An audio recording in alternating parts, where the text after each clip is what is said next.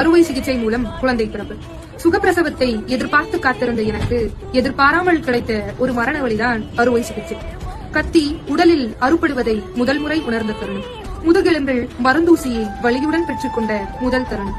சிறுநீரை வெளியேற்ற குழாய்கள் சொடுக்கப்பட்டு மருந்துகளை உட்செலுத்த கை நரம்புகளில் குழாய்கள் செலுத்தப்பட்டு நானே நானாக இல்லாமல் அப்படியே கிடந்த தருணம். வயிற்றின் சுவரை கீறிட்டு தசை மற்றும் கொழுப்பு அடுக்குகளை வெட்டி கடைசியில் கருப்பையே வெட்டி உயிர் பயத்தை கடந்து வந்தேன் இந்த உலகில் உன்னை கொண்டு வர. நஞ்சுக்கொடியை அகற்றி தையலிட்டார்கள். அதையும் உணர்ந்தது இந்த உடல். உடலா ஏதோ சாதாரண பொருளா தெரியவில்லை. கத்தியும் ரத்தமுமாய் கிடந்தேன். மயக்கம் தெளிந்தது. இத்தனை நாட்கள் சுமந்த அந்த உயிரை தூக்கக்கூட இந்த உடலில் சக்தி இல்லை. போடப்பட்ட தையலை ஒவ்வொரு முறை பார்க்கும் போதும் அப்படி ஒரு பயம், எங்கே பிரிந்து விடுமோ என்று.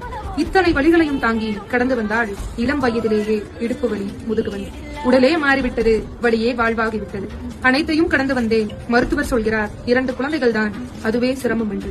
யாரிடம் சொல்வது நான் பட்ட வழிகளை? வழியை மட்டுமே முழு நாளும் அனுபவித்து ஒரு உயிரை இந்த உலகிற்கு அறிமுகம் செய்த நாள் வாழ்வில் மறக்க முடியாத ஒரு நாள். சுகப்பிரசவத்தை மட்டுமே பெரும் பேச்சாக பேசும் இந்த சமூகத்திற்கு எங்கே தெரிய போகிறது எங்களை போன்றோர்களின் பெரும்